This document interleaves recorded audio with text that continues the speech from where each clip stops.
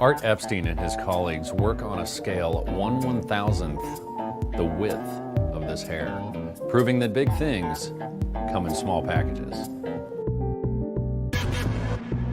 Most people are lucky to have more hair than I do, but if I take one of my precious hairs and pull it out, imagine slicing it into 1/1000th diameter. It's really very small. That's a nanometer. We are exploring new types of materials which we can control what their structure is at a nanoscale. These nanomaterials breaks down to several different kinds of properties. There are those that conduct electricity. There are those that absorb light in interesting ways or can create light. And there are those that are magnetic. Along the way, we sometimes discover that there are new properties that didn't exist before, and that opens the opportunity of a potential new technology. 50 years ago or 70 years ago, people learned how to take silicon and make it into a semiconductor that's so common that you don't even think of it as being present in your iPod and your electronics and your cars and so on and so forth. Imagine now that we have learned how to make the same kind of things from plastics.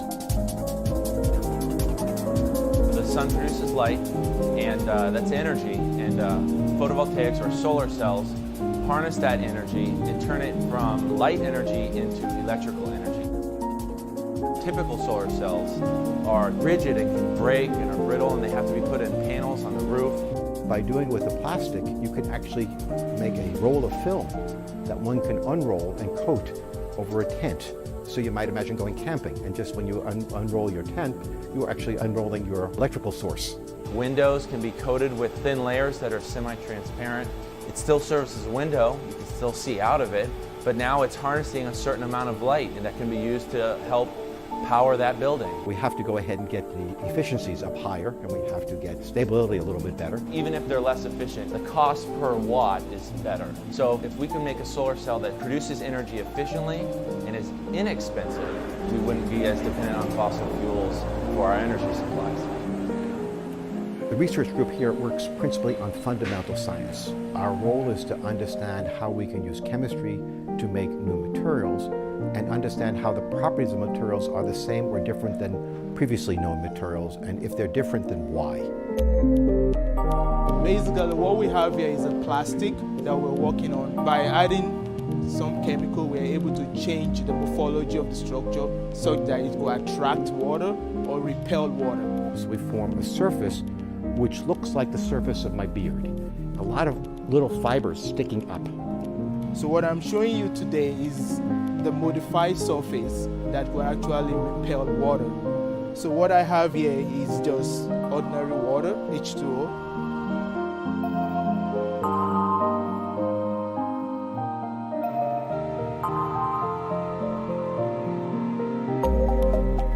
A drop of water has almost no friction on that surface.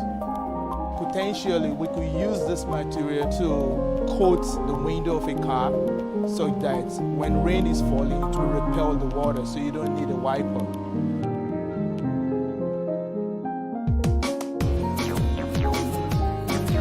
I'm fortunate to be here at Ohio State University. I have a group of students, both undergraduate and graduate, as well as postdoctoral fellows, that work in the area of physics and chemistry under my supervision. I care a lot about energy independence, and we didn't have a solar cell kind of subgroup, but we went out and found funding, started some experiments, and now we're working on organic solar cells. The new students, in turn, go after the new opportunities, learn from the older students, and in turn go out in the world and go to other universities or companies and take their ideas with them. In the future, I'd like to work either in a company or a national lab to work towards a solution to these problems.